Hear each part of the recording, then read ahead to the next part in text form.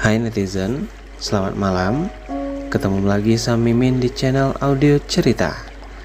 Di video kali ini, Mimin akan kembali melanjutkan cerita di channel ini. Semoga kalian terhibur dengan jalan ceritanya.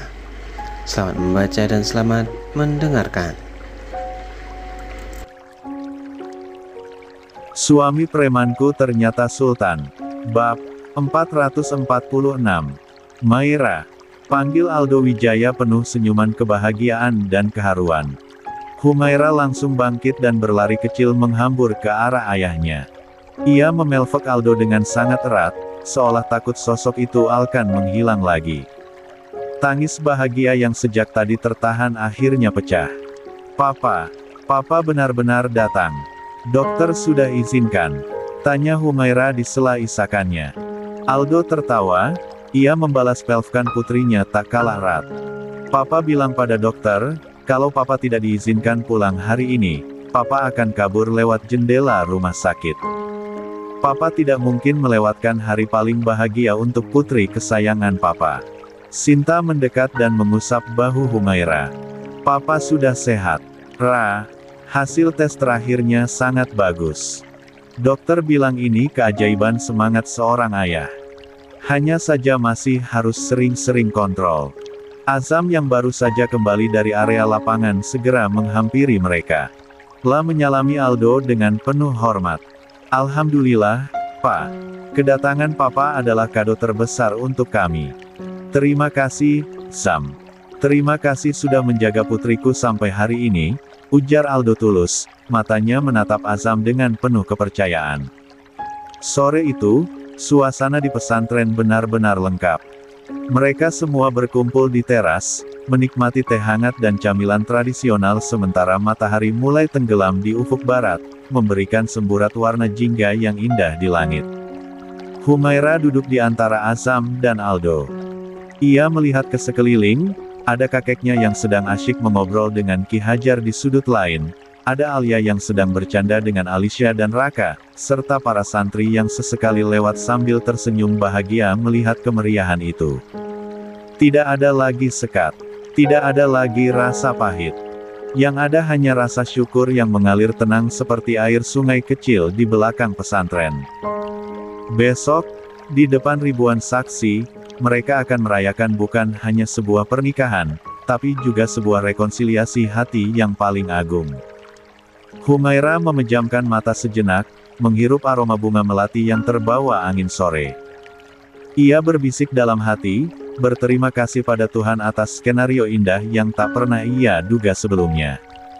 Perjalanan dari bangsal rumah sakit menuju pelaminan pesantren ternyata adalah jalan menuju kedamaian yang sesungguhnya. Siap untuk besok, sayang. Bisik Azam lembut di telinganya.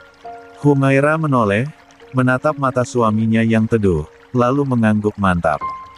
Sangat siap, Mas. 2. Fajar belum sepenuhnya menyingsing, namun denyut kehidupan di kompleks pesantren sudah terasa begitu kencang. Udara dingin khas sekitar yang biasanya tenang, pagi ini seolah ikut bergetar oleh kegembiraan yang membuncah. Suara azan subuh baru saja usai berkumandang, namun lampu-lampu di kediaman Abah dan area lapangan tengah sudah benderang. Orang-orang juga sudah mulai ramai berlalu lalang. Di dalam kamar pengantin yang sudah dihias cantik, Humaira duduk tenang di depan cermin besar. Tim perias profesional yang didatangkan khusus oleh Handoko dari kota sudah mulai bekerja sejak pukul 4 pagi tadi. Di cermin besar itu, Humaira melihat bayangan dirinya yang perlahan berubah. Tim perias dari kota tampak sangat telaten. Mereka tidak ingin sekadar mendandani, mereka ingin menonjolkan kecantikan alami mutiara pesantren ini. Mbak Maira, tolong tahan napas sebentar ya, bisik perias saat memasangkan korset pada gaun pengantinnya yang berwarna broken white dengan aksen brokat buatan tangan. Humaira menurut. Pikirannya melayang pada kenangan beberapa tahun lalu, saat ia masih mengenakan daster lusuh di rumah panggung Ki Hajar, berkutat dengan asap dapur dan kayu bakar. Kini, di atas kepalanya akan bertengger mahkota kecil. Kontras kehidupan ini membuatnya berkali-kali berucap syukur di dalam hati. Setelahnya, Jemari perias lincah menari-nari di wajah Humaira, memulaskan riasan yang natural namun tetap memberikan kesan flawless dan anggun. Masya Allah, Mbak Humaira, kulitnya bagus sekali, jadi dandanannya gampang nempel, puji sang perias sambil merapikan helaian hijab sutra yang akan dipasangi mahkota kecil nan elegan. Humaira hanya tersenyum simpul. Jantungnya berdegup kencang. Tolk heran, tentu karena kulit wajah Humaira belum banyak terpapar make up dan skincare hingga masih nampak alami. Di luar kamar, Azam sudah terlihat gagah dengan beskap modern yang warnanya senada dengan gaun Humaira. Ia tidak bisa diam, sesekali merapikan kerah bajunya, sesekali mengecek teks ijab kabul meski ia sudah menghafalnya di luar kepala. Gugup, Raka datang menghampirinya sambil membawa 2 gelas kopi hangat. Tenang, Ustadz. Ustadz sudah sah secara agama, ini cuma ulangan buat negara dan buat nyenengin hati mertua, goda Raka sambil terkekeh. Azam tersenyum tipis, menerima kopi itu. Beda, Rak. Hari ini rasanya seperti benar-benar menyerahkan seluruh hidupku di depan semua orang. Apalagi ada Papa Aldo dan kakek Handoko. Aku tidak boleh terlihat gugup. Ustadz tenang saja. Semua orang di sini mendukungmu. Lihat itu di luar, warga sudah mulai baris rapi cuma buat lihat kalian lewat nanti, sahut Raka sambil menunjuk ke arah jendela yang memperlihatkan antusiasme warga desa yang luar biasa. Meskipun Humaira dan Azam sudah sah secara agama sejak beberapa bulan lalu, namun atmosfer resepsi ini 3. Memberinya debaran yang berbeda. Di luar, suara rekaman nasyid dengan harmoni perkusi yang merdu mulai diputar pelan melalui pengeras suara, menambah suasana syahdu sekaligus ceria. Sementara itu, di lorong pesantren, para santri tampak sangat antusias. Mereka yang biasanya memakai sarung untuk mengaji, kini tampil rapi dengan seragam batik yang seragam, pemberian dari keluarga Wijaya. Di area lapangan, gerobak-gerobak makanan lokal mulai berdatangan.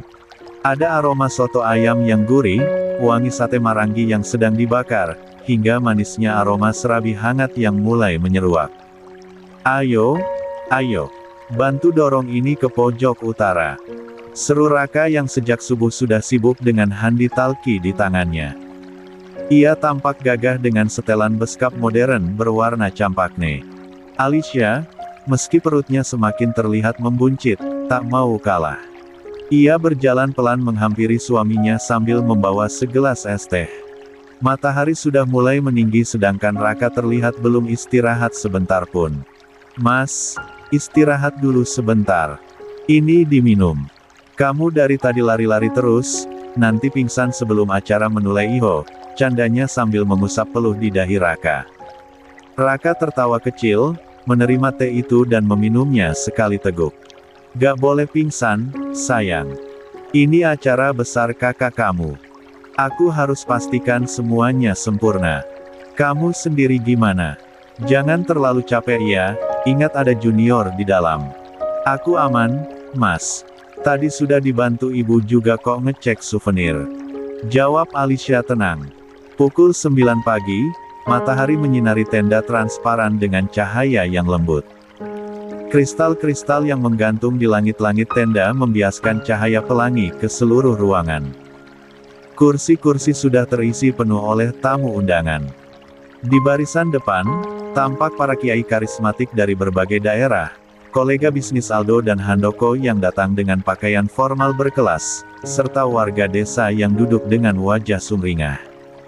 Meja akad diletakkan di tengah, dikelilingi oleh para kiai sepuh yang mengenakan jubah putih bersih.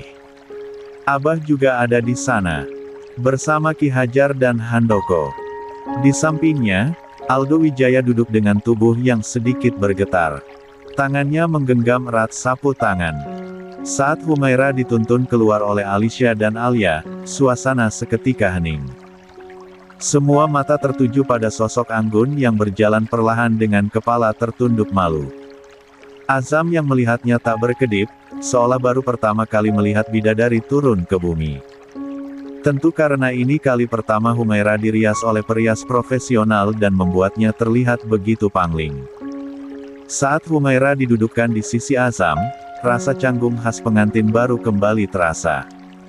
Dia berkali-kali melirik pada Humaira. Cantik, lirihnya. Humaira hanya mengulum senyum tanpa berani mengangkat kepalanya. Apalagi kini ia benar-benar menjadi pusat perhatian. Malu. Acara dibuka dengan pembacaan ayat suci Al-Quran yang begitu menggetarkan jiwa. Setelah itu, tibalah saat yang dinanti-nanti. Meskipun sudah pernah menikah siri, Handoko dan Aldo sepakat untuk mengadakan prosesi Eljab Kabul ulang sebagai bentuk legalitas negara sekaligus perayaan resmi. 4. Namun, di balik kemegahan itu, ada gurat kesedihan yang terselip di mata Aldo Wijaya. Saat pembawa acara meminta wali nikah untuk bersiap, Aldo hanya bisa duduk terpaku di kursi orang tua. Orang yang diminta Abah, dengan penuh kebijaksanaan, maju sebagai wali hakim. Aldo menunduk dalam, air matanya menetes di atas kemeja batiknya yang mahal. Ia merasa begitu berdosa sekaligus terharu. Ia sedih karena kesalahannya di masa muda membuatnya kehilangan hak istimewa untuk menikahkan putrinya sendiri. Namun ia juga bersyukur karena ia masih diberi umur untuk menyaksikan momen ini. Saat prosesi dimulai, Aldo Wijaya tak lagi mampu menahan air matanya. Sebagai seorang pengusaha besar yang biasa mengatur ribuan orang, hari ini ia merasa sangat kecil. Ia harus menerima kenyataan pahit bahwa secara hukum agama, ia tidak berhak menjabat tangan Azam untuk menikahkan putrinya sendiri. Bahu Aldo makin berguncang. Di kepalanya terputar memori saat ia menelantarkan Alia dan tidak mengakui keberadaan D4 rah dagingnya sendiri. Penyesalan itu datang menghujam tepat di jantungnya saat melihat pria lain yang mengambil alih peran sucinya sebagai ayah. Azam duduk berhadapan dengan wali hakim.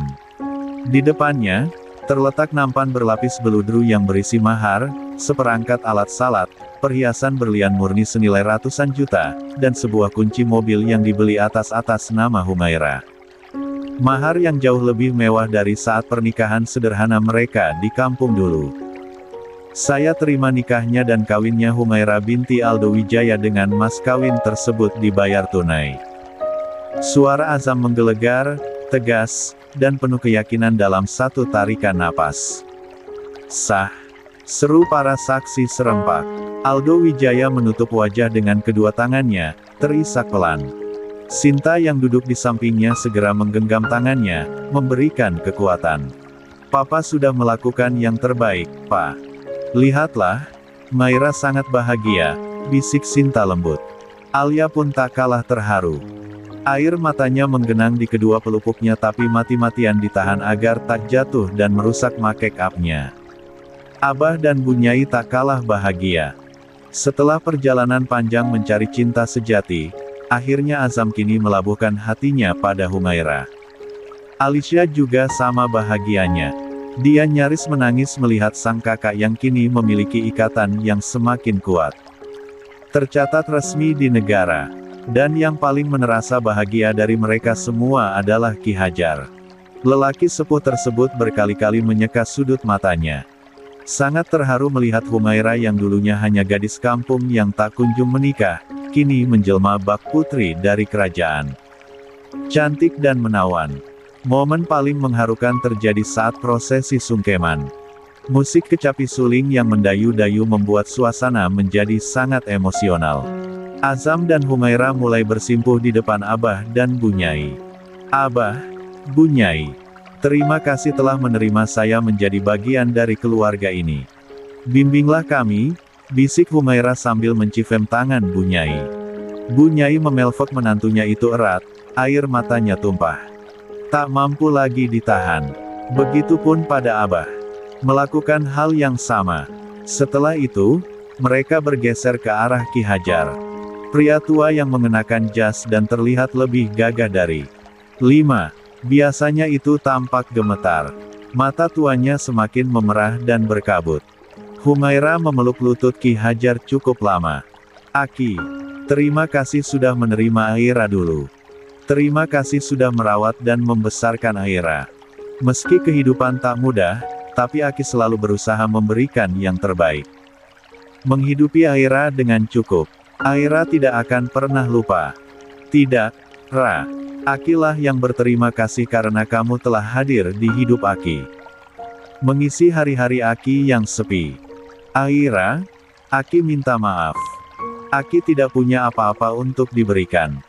Aki hanya bisa mendoakanmu selamat dunia akhirat, timpal Ki Hajar dengan suara parau. Aki sudah memberikan segalanya. Nyawa Aira adalah hutang pada Aki, jawab Humaira di sela isakannya. Ki Hajar hanya bisa mengelus kepala Humaira dengan tangan kasarnya. Sudah, nak. Kamu sudah jadi orang besar sekarang. Tetaplah rendah hati, timpalnya dengan suara semakin bergetar. Puncaknya adalah saat mereka menghadap Alia dan suaminya, kemudian Aldo dan Sinta. Humaira tidak membedakan mereka. Baginya, Alia adalah ibu yang melahirkannya, dan Aldo adalah ayah biologis yang kini telah bertaubat. Saat Humaira bersimpuh di depan Alia, keduanya menangis sesenggukan. Maafkan ibu, Ra. Maafkan ibu yang dulu sempat sangat jahat, tangis Alia pecah.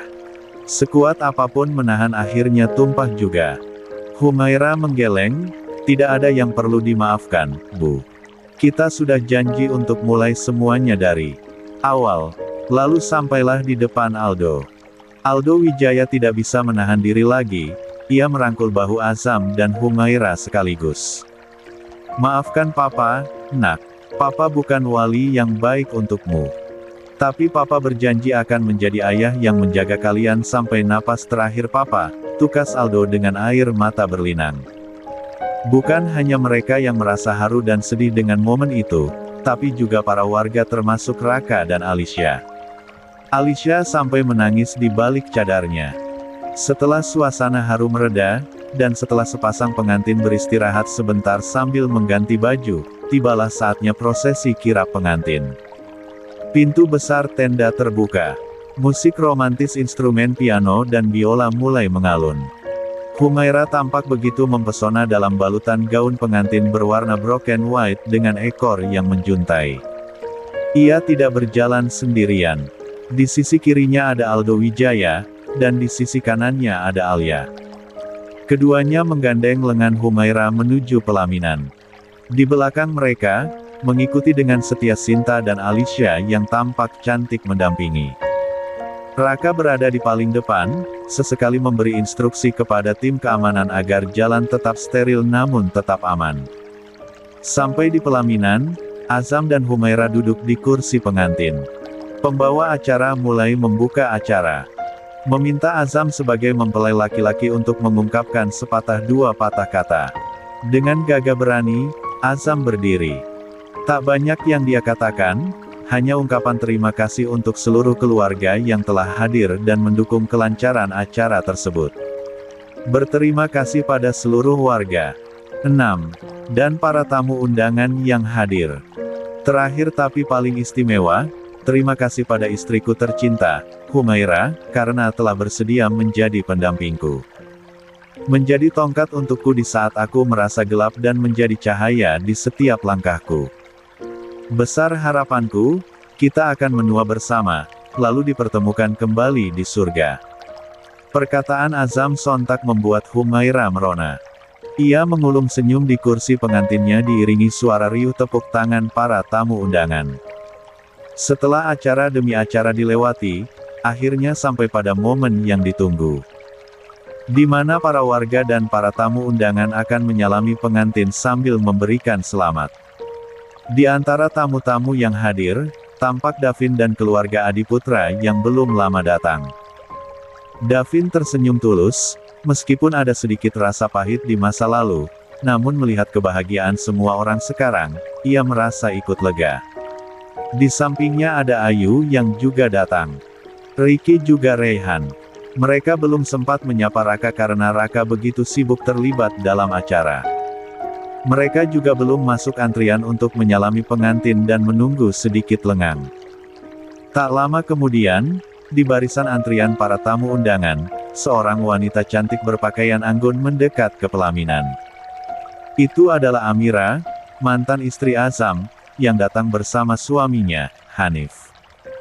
Selamat ya, Mas Azam, ujar Amira dengan wajah cerah penuh senyuman. Kalian benar-benar pasangan yang serasi. Semoga berkah dan bahagia selamanya, lanjutnya begitu tulus. Azam tersenyum sopan. Terima kasih, Amira. Terima kasih sudah menyempatkan datang, balas Azam dengan senyum tipisnya.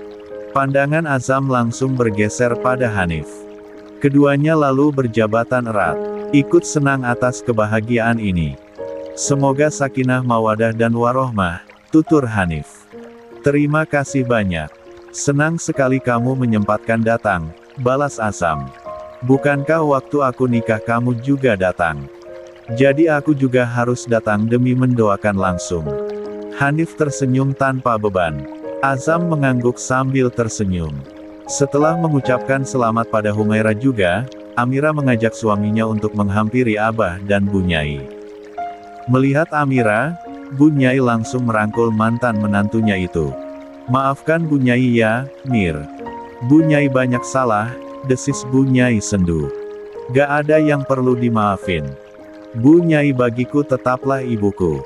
Sampai kapanpun, gak akan berubah, sahut Amira tanpa dendam. Kamu memang orang yang baik. Bu Nyai ikut bahagia atas kebahagiaanmu. Karena masih banyak tamu yang mengantri, Amira buru-buru turun dari pelaminan. Menuju tempat prasmanan yang begitu banyak dan beragam. 7. Warga dan para tamu undangan benar-benar dimanjakan hari itu. Tidak ada batasan antara tamu VIP dan warga biasa dalam hal hidangan. Semuanya boleh mencicipi sate, kambing guling, hingga es krim yang terus mengalir. Baru kali ini ada acara semewah ini tapi tetap terasa seperti di rumah sendiri, celetuk salah seorang warga sambil mengunyah siomay dengan lahap. Sepanjang acara, Raka dan Alicia menjadi pusat perhatian lain. Mereka berdua tampak begitu kompak. Sesekali Raka tertangkap kamera sedang membenarkan letak selendang Alicia atau membawakan piring kecil berisi camilan untuk istrinya yang sedang hamil itu. Sayang, kamu beneran gak pusing? Tanya Raka khawati. Enggak, Mas.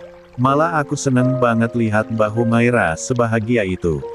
Lihat deh, Papa sama kakek ketawa terus dari tadi, jawab Alicia sambil menunjuk ke arah pojok di mana Handoko, Aldo, dan Ki Hajar sedang asyik berbincang bersama beberapa kiai. Saat mengedarkan pandangannya ke arah para tamu, Raka baru sadar kalau keluarga Adiputra pun ada di sana. Sayang, Davin, Raka menunjuk ke arah Davin yang sedang meneguk es cendol di kursinya. Ayo samperin, lanjutnya mengajak Alicia.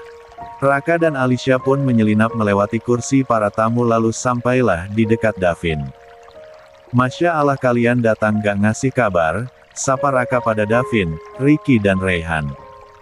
Sedangkan Alicia langsung menyapa Ayu hangat. Duduk di dekat Ayu. Tadinya gak yakin mau datang karena ada klien penting dari luar negeri. Ternyata ditunda karena suatu hal.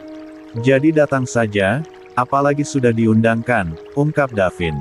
Syukurlah. Senang sekali melihat kalian di sini. Nikmati acaranya ya. Makanannya juga. Jangan terburu-buru, santai saja, balas Raka. Tiba-tiba seorang lelaki tua menghampiri mereka. Handoko. Dia menatap Davin lekat. Sepertinya wajah Anda tak asing, tutur Handoko. Beliau Davin Adiputra. Cucu dari almarhum Pak Damar Adiputra, beber Raka. Oh, pantesan gak asing. Ternyata cucu Pak Damar. Siapa yang gak kenal beliau? Tapi, saya turut berduka cita atas kepulangan Pak Damar. Beliau orang yang hebat dan gigih.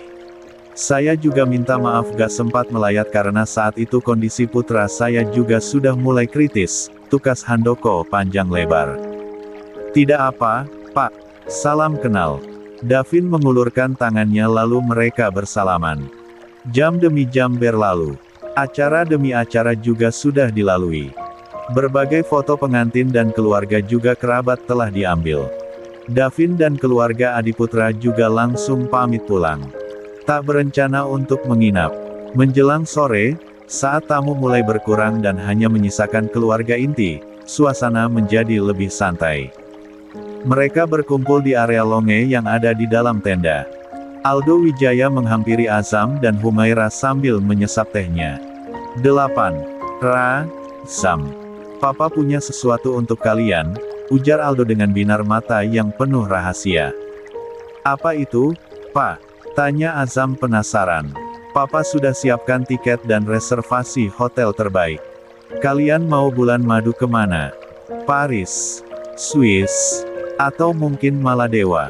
Tinggal sebut, Papa yang atur semuanya hari ini juga, tawar Aldo dengan semangat. Humaira menatap Azam sejenak, lalu beralih menatap ayahnya. Ia tersenyum lembut, senyuman yang sangat menenangkan. Terima kasih banyak tawarannya, Pak. Tapi, kalau boleh jujur, Maira tidak ingin keluar negeri, jawab Humaira pelan. Aldo mengernyitkan dahi. Lalu kamu mau kemana?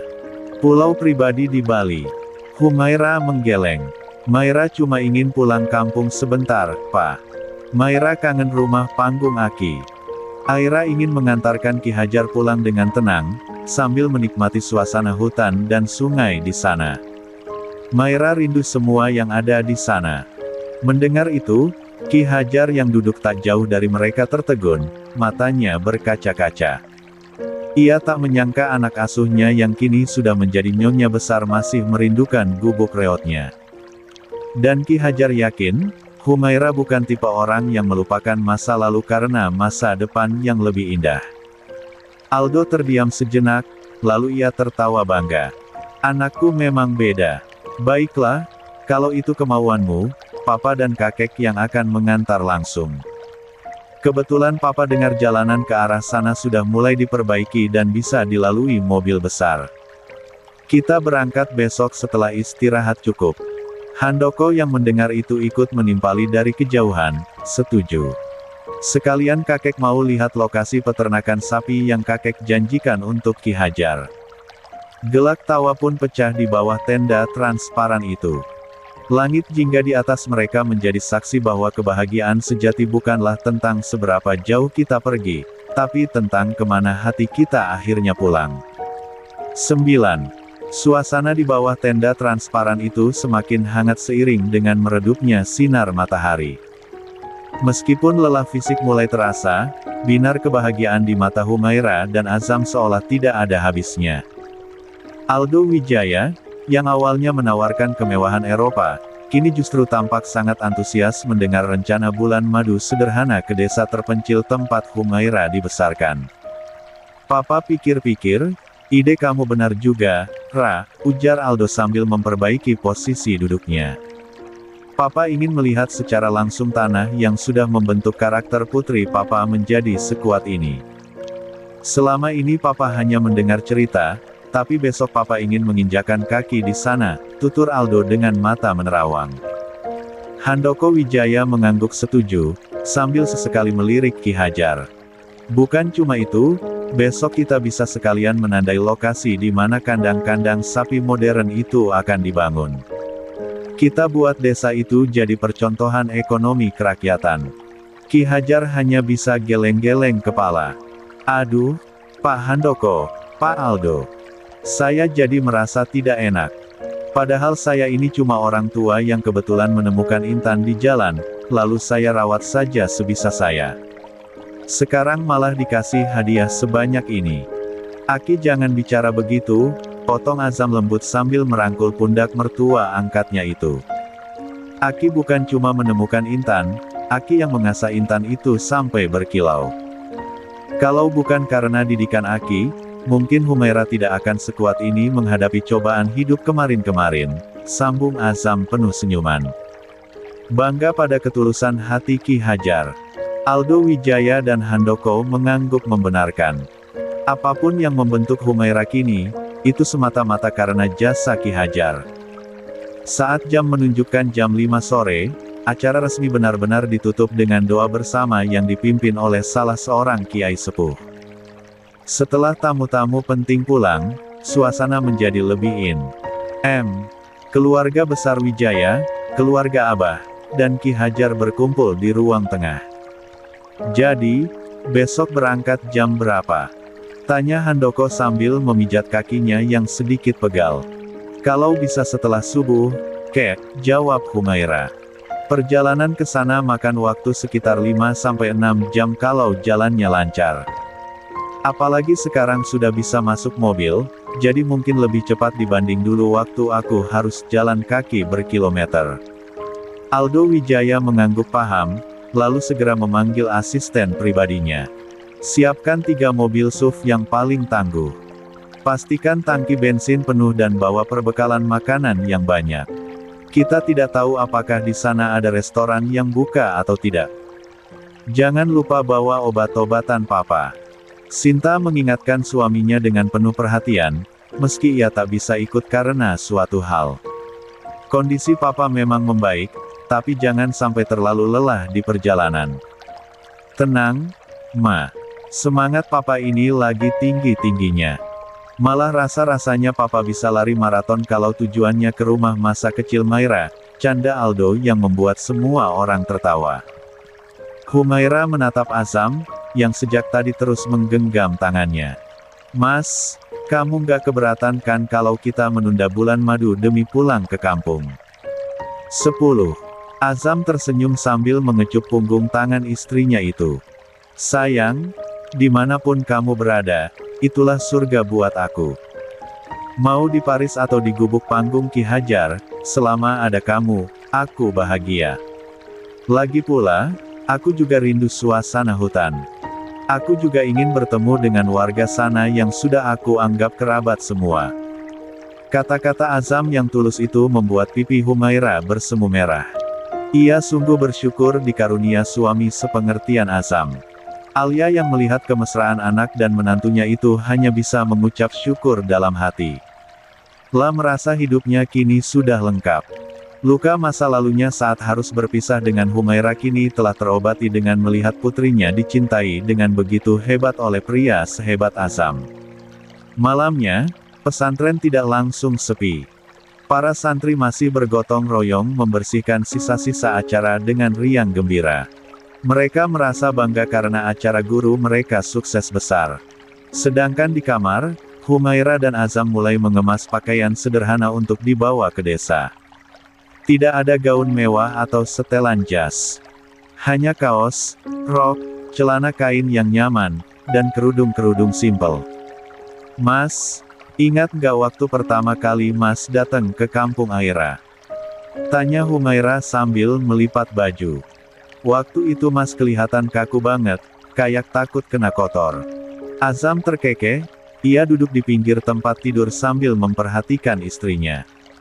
Iya, aku akui. Waktu itu aku kan anak kota yang baru keluar dari cangkang pesantren. Potong kayu saja gak bisa. Tapi setelah melihatmu yang setiap harinya berkutat dengan kerasnya kehidupan, aku ngerasa. Wah, gadis ini luar biasa. Sejak saat itu, aku mulai kagum sama kamu, Ra. Humaira berhenti melipat baju, ia menatap suaminya dengan dalam. Terima kasih ya, Mas. Sudah mau berjuang sejauh ini, sampai akhirnya kita berdiri di pelaminan tadi. Azam berdiri, menghampiri Humaira lalu memeluknya dari belakang, menyandarkan dagunya di bahu istrinya. Ini baru awal, sayang. Besok, kita akan kembali ke tempat semuanya dimulai. Kita akan lapor pada bumi dan langit di desa itu, bahwa gadis kecil yang dulu sering menangis di bawah pohon besar, sekarang sudah jadi ratu di hatiku, goda Azam sembari mengedipkan sebelah matanya. Suasana kamar menjadi begitu syahdu. Di luar, suara jangkrik mulai bersahutan, memberikan irama alami yang menenangkan. Besok, sebuah petualangan baru akan dimulai. Bukan petualangan mencari harta atau tahta, melainkan perjalanan pulang menuju akar kehidupan yang penuh dengan kesederhanaan. Keluarga Wijaya yang dulu dikenal sombong dengan gedung pencakar langitnya, besok akan belajar arti kehidupan dari sebuah rumah panggung kayu di pinggir hutan. Dan Humaira, sang jembatan antara dua dunia, akhirnya bisa menyatukan semua kepingan hidupnya menjadi satu lukisan yang sempurna. Tidurlah, sayang. Besok perjalanannya jauh, bisik Azam lembut sambil mematikan lampu utama, menyisakan lampu tidur yang temaram. Iya, Mas. Selamat malam. Humaira mulai menaiki tempat tidur. Berbaring menyamping sambil menatap. Azam. 11. Selamat malam, istriku, balas Azam. Keesokan harinya, suasana di depan gerbang pesantren masih menyisakan sisa-sisa kemeriahan kemarin.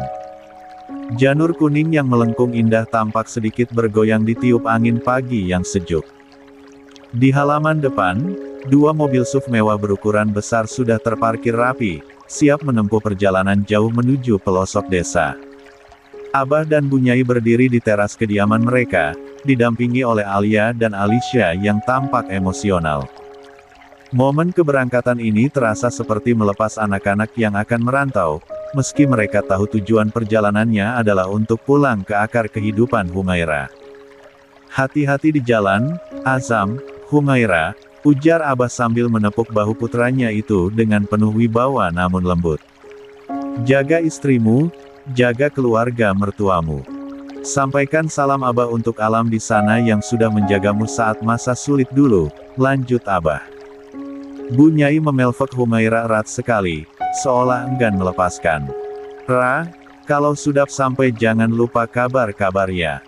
Jangan terlalu capek, kamu baru saja melewati acara besar. Humaira mengangguk lalu mencifem tangan ibu mertuanya dengan taksim. Iya, Bu Nyai. Doakan Aira bisa menjadi istri yang baik dan menjaga amanah ini.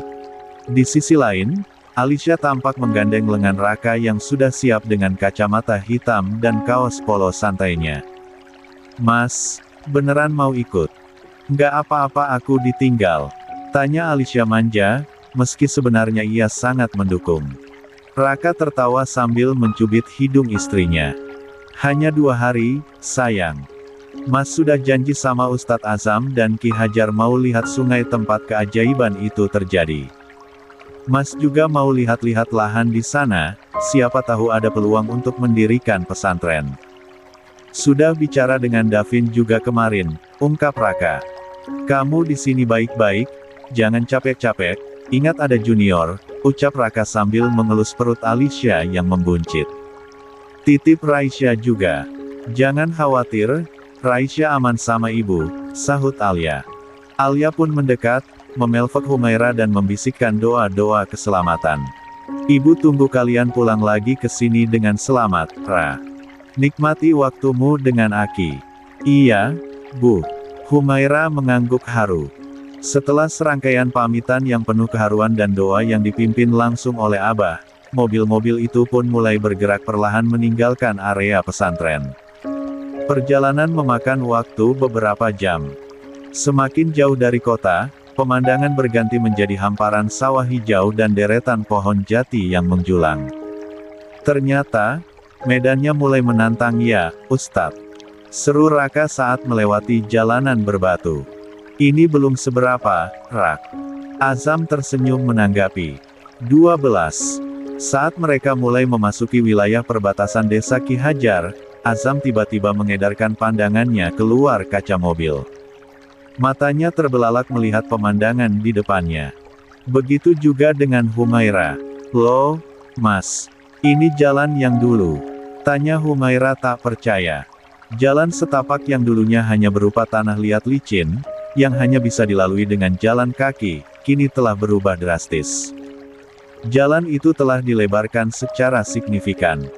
Meski belum diaspal mulus karena proses pemadatan tanah dan pengerasan pondasi masih berjalan, jalan itu kini sudah menjadi jalan besar yang lebar. 2 mobil besar bisa berpapasan dengan mudah di sana. Masya Allah. Humaira menutup mulutnya dengan tangan. Air matanya mulai menggenang. Aki, lihat, jalannya sudah besar, serunya spontan dengan riang. Ki Hajar benar-benar tak sanggup membendung air matanya. Pria tua itu menempelkan wajahnya ke kaca mobil, melihat alat berat yang terparkir di pinggir jalan dan hamparan batu pecah yang menutupi jalur yang dulu ia lalui dengan jalan kaki. Ini beneran bisa dilewati mobil? Tanya Ki Hajar pada Aldo yang duduk di sampingnya. Aldo tersenyum lebar, merasa sangat puas melihat reaksi itu. Iya, Ki. Saya dan Papi sudah urus perizinannya. Kita kerahkan kontraktor tercepat untuk membuka akses ini. Ini baru tahap awal, nanti akan diaspal beton supaya kalau hujan tidak becek lagi. Masya Allah, Alhamdulillah. Ki Hajar kembali berdecak. Bahagia dan terharu karena kampungnya tak akan lagi menjadi tempat terisolir yang sulit dijangkau. Dengan hal itu, perekonomian di sana pun akan semakin menggeliat maju. Para warga tak akan kebingungan menjual hasil tani dan hasil bumi mereka. Perjalanan yang biasanya memakan waktu berjam-jam jalan kaki dari perbatasan, kini hanya ditempuh dalam waktu singkat dengan kendaraan. Saat mobil-mobil mewah itu memasuki area perkampungan, suasana mendadak gempar. Ada mobil masuk. Mobilnya bagus-bagus. Teriak anak-anak kecil yang sedang bermain bola plastik di area lapang. Warga berhamburan keluar dari rumah-rumah panggung mereka. Mereka tercengang melihat iring-iringan kendaraan yang tampak sangat kontras dengan suasana desa yang sangat sederhana. Ketika mobil berhenti, dan sosok Humaira turun dengan pakaian yang anggun meski sederhana, tangis bahagia pecah di sana. Humaira! Itu Humaira! Teriak salah satu warga. Ada Ustadz Azam juga, lanjutnya semakin lantang. Warga segera mengerumuni mereka. Azam turun dan langsung menyalami para warga. Kehangatan segera menyeruak. Tidak ada sekat antara orang kota yang kaya raya dengan warga desa yang bersahaja. Apa kabar semuanya? Sapa Humaira dengan begitu ramah. Masih sama seperti dulu. Baik, Mbak. Tapi kampung ini semakin sepi setelah Mbak Humaira dan Ustadz Azam pergi, timpal warga. 13. Insya Allah kedepannya makin ramai ya, karena akses jalan sudah ada, balas Azam. Ia pun mengenalkan Aldo dan Handoko pada warga sekaligus memberitahu kalau mereka adalah keluarga Humaira. Wah, Mbak Humaira orang kaya ternyata. Mereka tercengang mendengarnya. Tak menyangka. Pak, terima kasih banyak jalannya. Seru salah seorang warga pria sambil menyalami Aldo dan Handoko. Gara-gara jalan ini, sekarang motor tengkulak bisa masuk. Aldo dan Handoko tampak terenyuh. Mereka yang biasa menerima ucapan terima kasih atas kesepakatan bisnis bernilai miliaran, kali ini merasa getaran yang berbeda saat mendengar ucapan syukur dari warga desa atas sebuah akses jalan. Setelah berbasa-basi dengan warga desa, langkah kaki Humaira begitu ringan saat menuju rumah panggungnya. Aira pulang, bisiknya lirih dengan senyum haru. Ki Hajar menyusul di belakang, tersenyum lebar melihat rumahnya kembali berpenghuni. Iya, Ra. Selamat datang kembali di rumah kita. Aldo dan Handoko yang baru sampai mematung di depan. Mereka melihat rumah panggung dengan dinding bambu yang berlubang di sana-sini, lantai kayu yang berderit setiap kali diinjak, dan dapur yang hanya beralaskan tanah dengan tungku kayu bakar yang menghitam. Bagi Aldo Wijaya, tempat ini bukan sekadar sederhana. Di matanya yang biasa melihat kemewahan penthouse dan hotel bintang 5, tempat ini terasa menyakitkan. Kamu tinggal di sini selama puluhan tahun, Ra?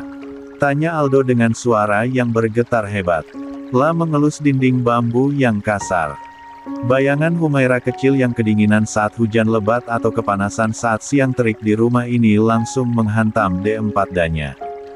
Handoko hanya bisa menghela napas panjang, matanya berkaca-kaca. Maafkan kakek, nak. Kakek membiarkan mutiara keluarga Wijaya tumbuh di tempat yang kurang layak ini. Aldo memalingkan wajah, menyeka air matanya yang jatuh. Ia merasa sangat gagal sebagai ayah. Sementara ia tidur di atas kasur impor yang empuk, putrinya berjuang melawan nyamuk hutan di atas bale-bale bambu yang keras. Jangan begitu, Pak. Humaira mendekat, menggenggam tangan Aldo. Di rumah inilah Aira belajar artinya syukur. Di rumah inilah Aki mengajarkan Aira cara bertahan hidup dengan jujur. Bagi Aira, rumah ini lebih hangat daripada istana manapun, karena ada cinta Aki di dalamnya. Perkataan Humaira justru membuat Aldo semakin terisak. Ia memelfek putrinya erat-erat. Papa janji, mulai sekarang, Papa nggak akan membiarkanmu kekurangan sedikit pun. Untuk mencairkan suasana yang terlalu mengharu, Humaira langsung menyingsingkan lengan bajunya. Aira mau masak. Mas Azam, tolong ambilkan air di sumur ya. Mas Raka, kalau mau makan enak, bantu cari kayu bakar yang kering di belakang. Raka langsung sigap. Siap. Ayo, Ustadz, kita kerja rodi dulu. Canda Raka yang membuat suasana kembali ceria. 14. Siang itu, gubuk tua Ki Hajar dipenuhi gelak tawa. Humaira memasak nasi liwet di atas tungku kayu bakar menggunakan panci kastrol tua. Harum santan, serai, dan daun salam mulai menyeruak, bercampur dengan aroma ikan asin yang digoreng garing serta sambal terasi buatan tangan. Mereka makan lesehan di depan rumah yang menghadap ke arah kebun. Handoko, sang konglomerat, tampak sangat menikmati nasi liwetnya meski harus duduk bersila dengan susah payah karena faktor usia. Ini makanan paling enak yang pernah saya makan seumur hidup. Seru Handoko sambil menambah porsinya. Aldo, kamu harus coba sambalnya. Ini jauh lebih enak daripada chef hotel kita. Aldo mengangguk setuju, mulutnya masih penuh dengan nasi liwet hangat. Benar, Pak. Mungkin karena suasananya, atau mungkin karena masakan tangan anak sendiri, sahut Aldo. Ki Hajar hanya tersenyum menyaksikan pemandangan itu. Alhamdulillah kalau suka. Hanya ini yang bisa kami suguhkan. Sambil menikmati hidangan, Handoko mulai membuka pembicaraan serius tapi santai. Ki, nanti tolong antarkan saya keliling. Saya lihat lahan di sisi utara desa ini sangat luas dan subur. Saya mau beli lahan itu untuk Ki Hajar. Kita buat peternakan sapi modern di sana. Bukan cuma untuk Aki, tapi biarkan warga sini juga ikut bekerja. Jadi pengelolaannya tetap di bawah tangan Aki. Ki Hajar tertegun. Itu terlalu besar buat saya. Tidak ada yang terlalu besar untuk orang yang sudah menjaga nyawa cucu dan menantu saya, tegas Handoko dengan tatapan tulus. Setelah makan, matahari mulai condong ke barat, memberikan warna keemasan pada aliran sungai yang mengalir di bawah desa. Azam mengajak Raka untuk berjalan-jalan menuruni lereng menuju sungai tersebut. Nah, Rak. Disitulah tempatnya. Tunjuk Azam ke arah sebuah gundukan pasir di pinggir sungai yang airnya sangat jernih dan mengalir di antara batu-batu besar. Raka berdiri diam, menatap aliran air itu dengan takjub. Jadi, di sini tempat terdampar waktu kecelakaan itu, Ustadz. Azam mengangguk. Waktu itu arus sangat deras karena hujan. Secara logika, aku harusnya sudah hancur dihantam batu. Tapi entah bagaimana, arus membawaku ke sini, dan Ki Hajar yang sedang mencari ikan menemukan Tupfeku yang sudah lemas. Raka menepuk pundak sahabatnya. Allah benar-benar punya rencana besar ya. Kalau kamu nggak jatuh di sini, kamu nggak akan ketemu Humaira, dan rahasia keluarga Wijaya mungkin nggak akan pernah terbongkar. Azam tersenyum tipis, menatap langit yang mulai jingga. Benar. Terkadang kita harus dihancurkan dulu oleh takdir untuk kemudian disusun kembali menjadi sesuatu yang lebih indah. Mereka berdua menghabiskan waktu cukup lama di pinggir sungai, mengobrolkan masa depan pesantren dan proyek-proyek sosial yang akan mereka jalankan bersama. Raka merasa sangat bangga bisa menjadi bagian dari perjalanan hidup Azam yang luar biasa ini. Malam pun tiba di desa. Suara jangkrik dan katak bersahutan menciptakan simfoni alam yang menenangkan. 15. Di dalam rumah panggung, lampu Petromax menyala terang. Mereka duduk melingkar, menikmati teh hangat dan ubi yang dibakar di sisa abu tungku. Aldo berdehem, menarik perhatian semua orang. Wajahnya tampak lebih santai namun tetap menunjukkan otoritasnya sebagai seorang ayah. Zam, Maira. Papa senang kita bisa pulang ke sini. Ini momen yang sangat berarti. Tapi Papa tetap konsisten dengan perkataan Papa kemarin, ujar Aldo sambil melirik menantunya. Soal apa, Pak? Tanya Azam. Soal bulan madu kalian. Pulang dari sini, kalian harus tetap berangkat ke Bali. Papa sudah booking villa pribadi di Uluwatu. Tidak ada bantahan. Tegas Aldo sambil tertawa kecil. Humaira merona merah. Tapi Pak, di sini saja Aira sudah senang. Tidak, Ra. Di sini itu namanya pulang kampung. Kalau bulan madu, itu waktu khusus kalian berdua saja tanpa gangguan, timpal Handoko sambil mengerling ke arah cucunya. Aldo kemudian menatap Azam dengan tatapan yang lebih dalam. Bukannya Papa mau menuntut, tapi Papa sudah tidak sabar ingin menggendong cucu. Papa ingin menebus waktu yang hilang saat kamu kecil dulu, Maira. Papa ingin merawat anakmu nanti dengan tangan Papa sendiri, memberikan semua yang dulu tidak bisa Papa berikan padamu. Mendengar itu, suasana menjadi hening sejenak. Humaira merasakan ketulusan yang luar biasa dari ayahnya. Ia melirik Azam, dan suaminya itu mengangguk pelan sambil menggenggam tangannya. Insya Allah, Pak. Mohon doanya supaya kami segera dipercaya untuk amanah itu, jawab Azam dengan suara yang tenang dan mantap. Malam itu, di bawah atap rumah panggung yang sederhana, di tengah hutan yang jauh dari hiruk-pikuk kota, dua keluarga besar yang dulunya terpisah oleh jarak dan kasta, kini bersatu dalam tawa dan harapan yang sama. Kebahagiaan mereka terasa begitu nyata. Aira bahagia, Mas, bisik Humaira saat mereka bersiap untuk istirahat di kamar kecilnya yang sudah dibersihkan. Mas jauh lebih bahagia, sayang. Karena akhirnya, semua potongan teka-teki hidup kita sudah berada di tempatnya yang benar, jawab Azam sambil mengecup kening istrinya dengan penuh kasih. 16. Malam di desa itu bukanlah malam yang sunyi bagi mereka yang terbiasa dengan kebisingan mesin kota. Suara jangkrik, tonggeret, dan gesekan daun bambu menciptakan alunan alami yang memenuhi setiap sudut ruang. Di dalam kamar kecilnya yang berdinding anyaman bambu, Humaira menarik napas panjang, menghirup aroma kayu tua dan wangi tanah yang sangat ia rindukan. Kamar itu hanya berisi sebuah kasur kapuk yang sudah mulai menipis dan kehilangan rasa empuknya. Selembar sprei lusuh bermotif bunga pudar menutupinya, sementara di sudut ruangan berdiri sebuah lemari kayu tua yang pintunya sudah sedikit miring. Tidak ada pendingin ruangan, tidak ada lampu kristal. Hanya ada cahaya temaram dari lampu Petromax di ruang tengah yang menyusup melalui gorden yang sesekali berayun pelan tertiup angin. Mas, maaf ya. Kasurnya keras, bisik Humaira saat ia berbaring di atas R4 jang, menatap Azam yang juga baru berbaring. Soalnya udah lama gak dijemur. Kasur gini harusnya sering-sering dijemur. Azam tersenyum, lalu menarik Humaira ke dalam pelvkannya. Udara dingin pegunungan yang menusuk lewat celah bambu kamar itu memang tajam, namun hangat TV Bu Humaira dan dekapan eratnya seolah menjadi benteng yang tak tertembus. Sayang, jangan minta maaf. Di kasur inilah istriku yang hebat ini bermimpi tentang masa depan. Di kamar ini pula kamu dibentuk menjadi wanita yang kuat, jawab Azam lembut. Ia mencifem puncak kepala Humaira.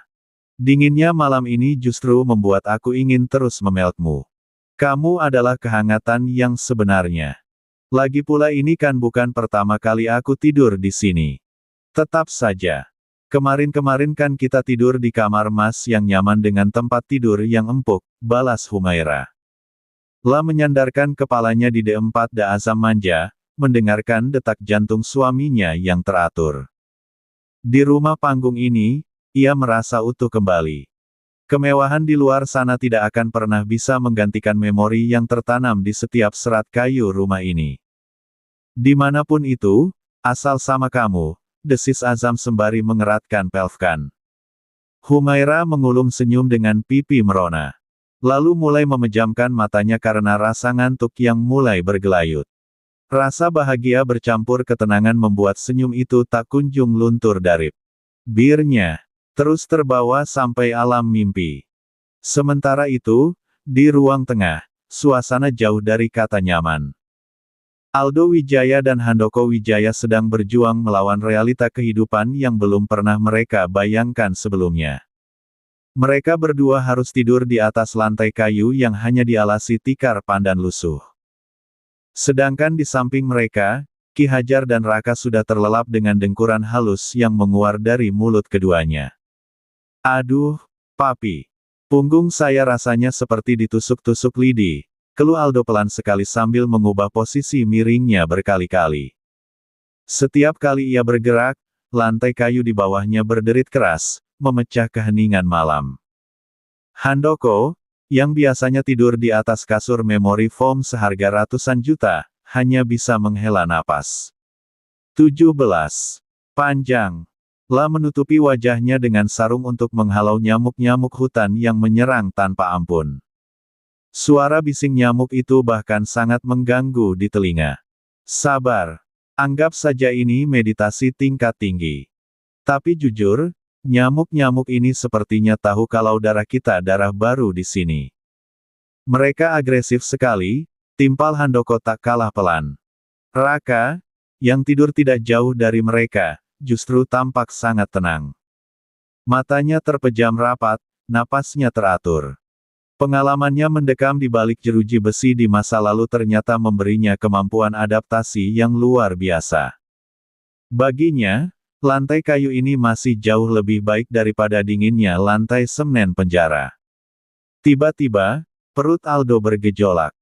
Mungkin karena pengaruh sambal terasi yang sangat pedas tadi siang atau karena udara dingin yang membuatnya kembung. La mencoba menahannya, namun panggilan alam itu tidak bisa diajak kompromi. Saya harus ke belakang, bisik Aldo panik. Handoko membuka sarungnya. Papi juga ingin buang air kecil. Ayo kita bareng-bareng. Papi agak ngeri melihat kegelapan di luar itu, timpalnya sembari bergidik. Dua pria yang biasanya dikawal oleh bodyguard itu kini berjalan mengendap-endap dengan membawa senter kecil dari ponsel mereka. Masalahnya, sinyal di sana nol besar, sehingga ponsel mereka hanya berfungsi sebagai alat penerang. Langkah mereka sangat hati-hati saat menuruni tangga kayu rumah panggung yang curam. Di luar, suasana gelap gulita. Tidak ada lampu jalan, hanya cahaya bulan yang tertutup awan. Mereka harus berjalan ke arah belakang rumah, menyaksikan rimbunnya pohon pisang yang melambai-lambai ditiup angin. Itu kamar mandinya, tanya Aldo sambil menyorotkan senter ke tempat kecil yang terpisah dari rumah utama. Tempat itu hanya berupa susunan kayu dan bambu, dengan pintu yang hanya ditutupi oleh kain karung goni bekas yang sudah kasar. Di dalamnya, tidak ada flush toilet otomatis. Yang ada hanyalah sebuah sumur kecil dengan timba kayu dan sebuah lubang di tanah yang disemen seadanya. Astaga! Aldo terpaku. Ia harus memegang kain karung itu dengan satu tangan agar tidak terbuka, sementara tangan lainnya berusaha menimba air dari sumur yang dalam. Suara derit katrol timba terdengar meni 4 yard di tengah malam yang sunyi. Andai sakit perut ini bisa tahan. Gak mau aku nimba-nimba air kayak gini, keluh Aldo. Sudah, diamlah. Humaira hidup seperti ini seumur hidupnya tidak mengeluh.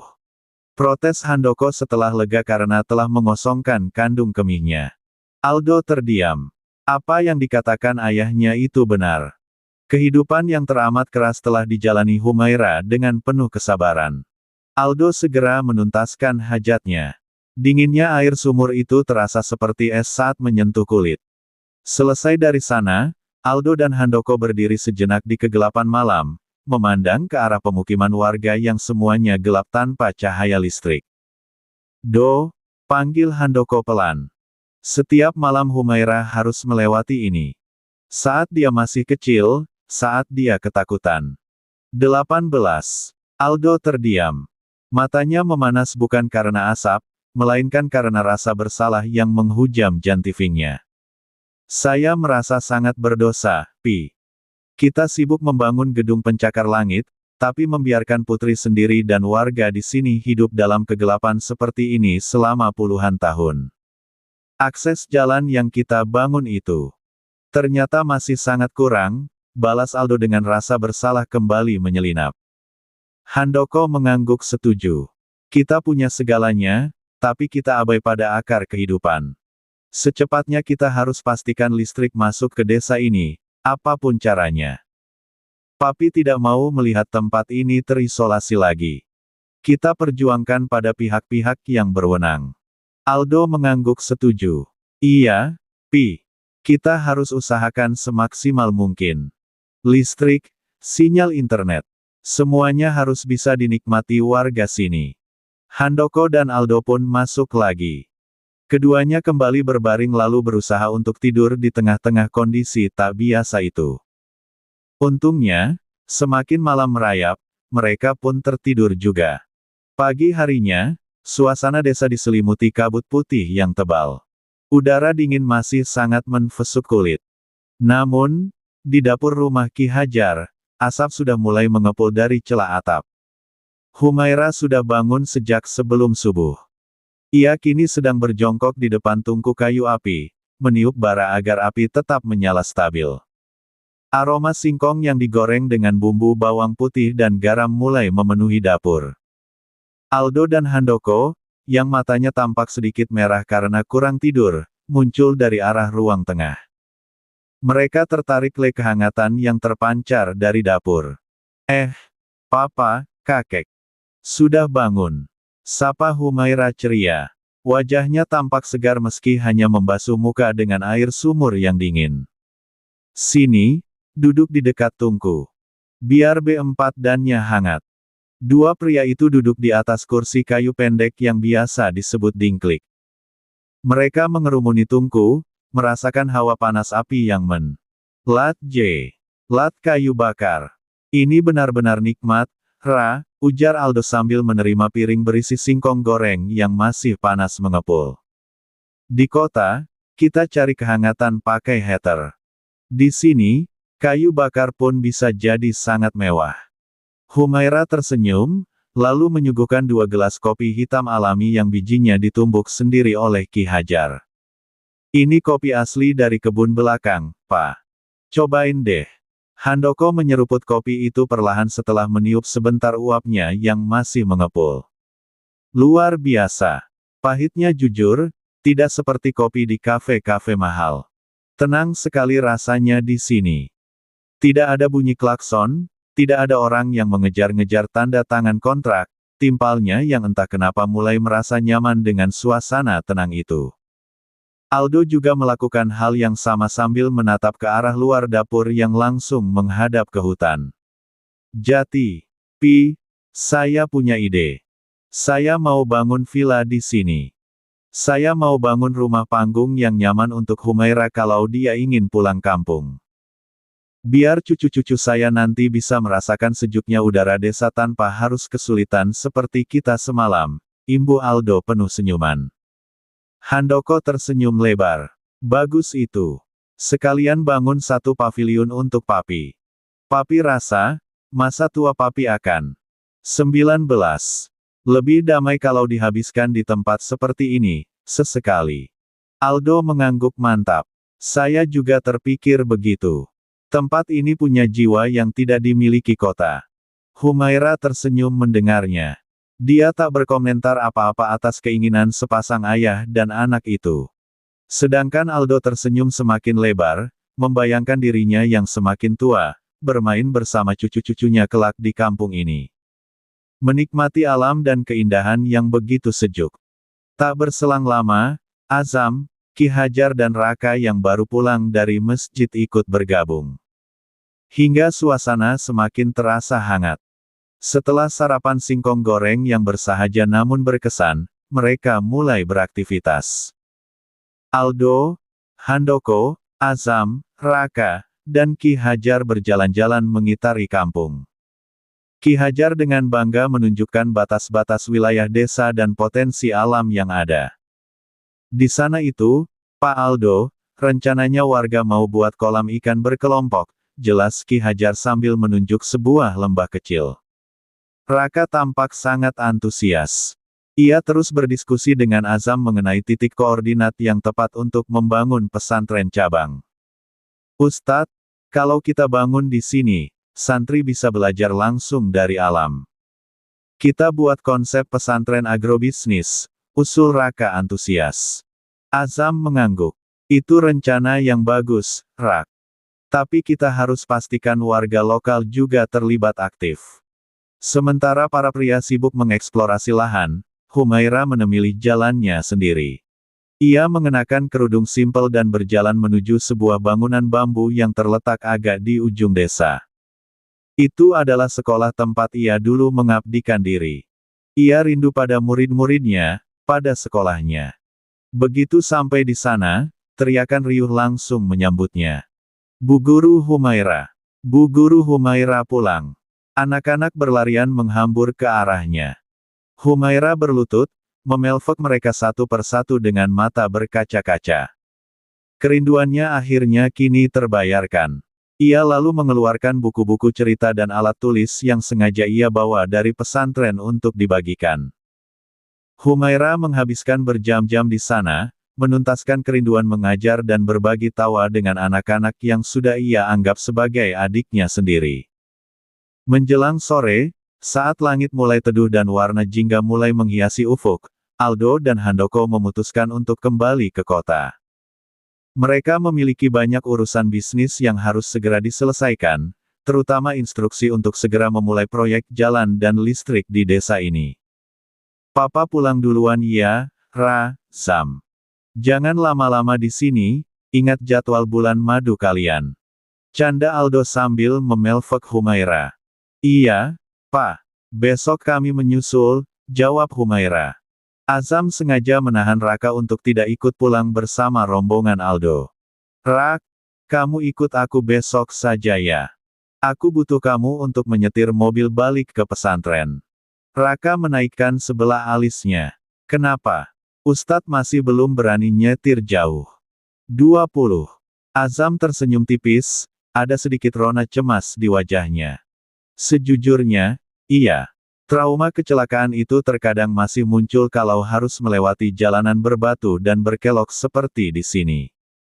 Kalau ada kamu, aku merasa lebih tenang. Raka menepuk bahu Azam. Siap, Ustadz. Lagi pula aku juga belum puas lihat lahan di sisi timur. Kita cari tempat yang paling pas buat pesantren. Humaira pun merasa lega karena masih diberi waktu 1 malam lagi. Ia belum siap meninggalkan Ki Hajar yang tampak sangat bahagia melihat rumahnya ramai. Ia masih ingin menghirup aroma tanah desa sebelum kembali ke hiruk-pikuk kehidupan pesantren dan rencana bulan madu yang direncanakan ayahnya. Aldo dan Handoko pun akhirnya meninggalkan desa itu. Tapi karena hati mereka mulai terpatri di sana, keduanya berjanji untuk sering-sering kembali dan membawa perubahan. Sebagai penebusan dosa karena terlambat membuka akses jalan ke sana. Sedangkan Azam yang masih di sana tak ingin menyia-nyiakan waktu. Sorenya ia gunakan untuk mengajar anak-anak mengaji seperti dulu. Dan malamnya, ia diminta untuk mengadakan pengajian yang sudah sangat dirindukan oleh warga. Suara Azam mengaji, ceramah yang lembut dan menyentuh hati, dan keramahannya dalam merangkul warga selalu dirindukan orang-orang di sana. Raka yang senantiasa ikut kemana Azam pergi, tersenyum bangga melihat kakak iparnya itu begitu digandrungi warga. Malamnya, malam terakhir Humaira ada di sana, ia manfaatkan sebaik mungkin dengan Ki Hajar. Berbincang sepuasnya dan sesekali sambil memijit kaki Ki Hajar meski sudah dilarang oleh lelaki sepuh tersebut. Pokoknya Aki harus jaga diri baik-baik. Nanti Mas Azam pasti sering-sering ke sini kok. Aira juga, tutur Humaira. Ki Hajar mengangguk sambil tersenyum. Jarak yang membentang kini tak lagi terasa begitu menyesakan karena jalan yang semakin bagus akan memudahkan mereka untuk mengunjungi satu sama lain. Besok paginya, setelah melalui 1 malam lagi yang lebih hangat, Humaira, Azam, dan Raka bersiap untuk pulang. Perpisahan dengan Ki Hajar kali ini tidak sedramatis dulu. Kini, mereka tahu bahwa jarak bukan lagi penghalang. Dengan jalan yang sudah mulai diperlebar, perjalanan yang dulu ditempuh seharian kini bisa dipangkas hanya dalam hitungan jam. Aki, Aira pulang dulu ya. Sering-sering main ke pesantren, atau nanti Aira yang sering ke sini kalau jalannya sudah aspal, ujar Humaira sambil mencifem tangan Aki berkali-kali. Iya, Ra. Hati-hati. Doa Aki selalu menyertaimu, balas Ki Hajar dengan mata yang berbinar bangga. Titip Humaira.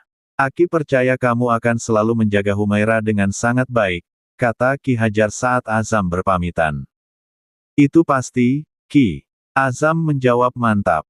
Setelah itu, Humaira, Azam dan Raka berjalan menuju tempat di mana mobil disimpan.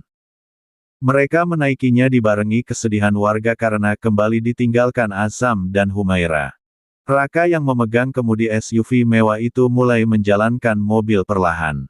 Di sepanjang jalan keluar 21 desa, banyak warga yang melambai-lambaikan tangan, memberikan salam perpisahan yang hangat.